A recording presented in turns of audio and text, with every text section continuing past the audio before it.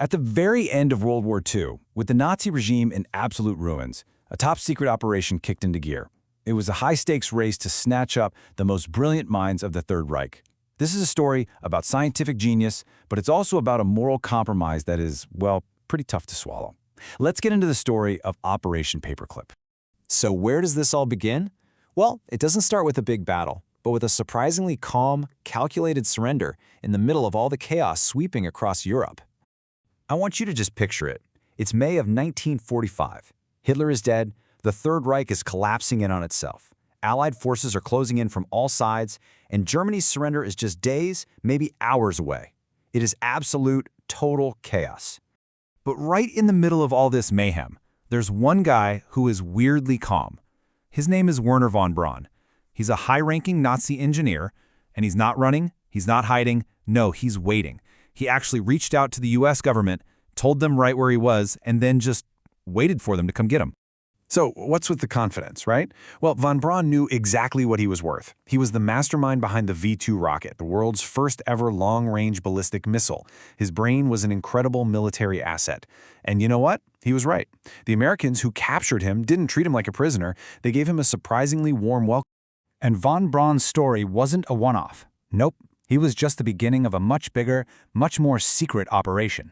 Because just as one war was ending, a whole new kind of war, a Cold War, was just getting started. And that secret campaign was called Operation Paperclip.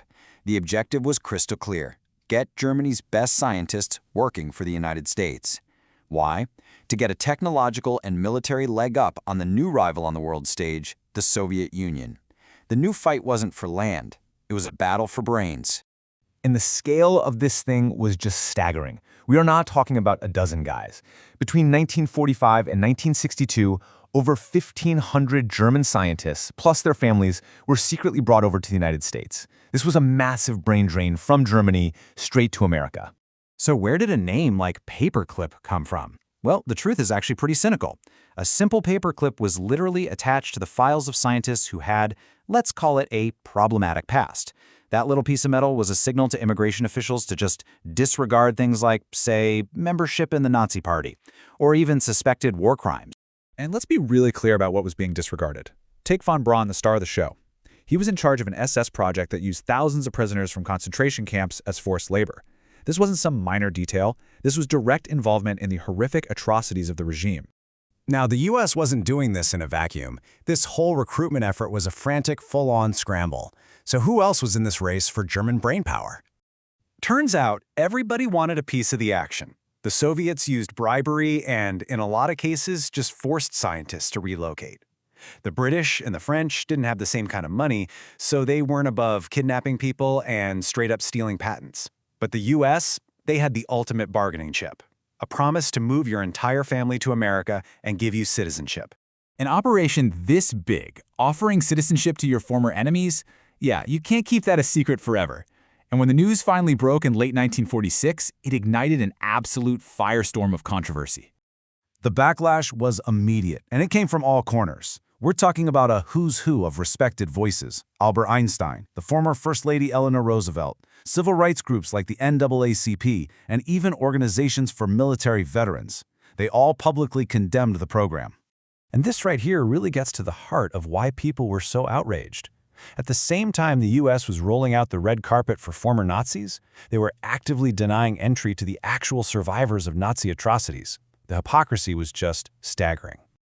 So how in the world did the U.S. government defend this? Well, their argument was based on the cold, hard logic of geopolitics. With the Cold War heating up, the #1 priority was to keep these brilliant minds away from the Soviets at any cost. That strategic goal ended up trumping any and all moral objections. And for the government, this controversial bargain had a very big, very public payoff, especially when it came to the race for the final frontier, space. With his Nazi past conveniently scrubbed from the public record, Wernher von Braun became a national hero. In 1958, his team launched America's very first satellite, a direct response to the Soviet Sputnik. And by the 60s, he was the lead architect of the mighty Saturn V, the rocket that would eventually take Americans to the moon. But the impact of Operation Paperclip went way beyond the space race. These scientists helped develop the advanced jet engines we see in modern airplanes. But their work also had a much darker side. Some applied their expertise to chemical warfare, contributing to the development of weapons like Agent Orange, which just adds another deeply troubling layer to the whole program. Now, the U.S. government loved to paint Operation Paperclip as this incredible, unqualified success story. But the reality is so much more complicated. It was a classic Faustian bargain, basically a deal with the devil, trading morality for knowledge and power. It's really easy to look at the moon landing and say, well, the ends justified the means. But let's ask a tough question. Was Operation Paperclip really as essential as everyone said it was? The reality is, very few of the paperclip scientists were geniuses on the level of von Braun. A lot of them were just average. They were competent, sure, but they were working alongside American scientists who were just as skilled, if not more so. It really makes you wonder if the Americans could have gotten to the same place all on their own. And this whole thing brings up these really big, really uncomfortable questions.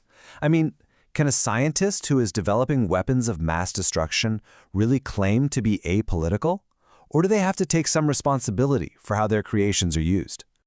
And that leads us to the biggest question of all, the one at the very heart of Operation Paperclip. Is there a line? Is there a point where national security becomes so important that it's okay to just look the other way on even the most horrific war crimes? It's a question we are still wrestling with today. You know, maybe nothing sums up the murky, complicated legacy of this operation better than this one line from Wernher von Braun's own obituary. It describes a kind of Faustian shadow, a man so possessed of intellectual hunger that any accommodation may be justified. It's a haunting way to remember a brilliant man and the very troubling deal America made to get his genius on its side.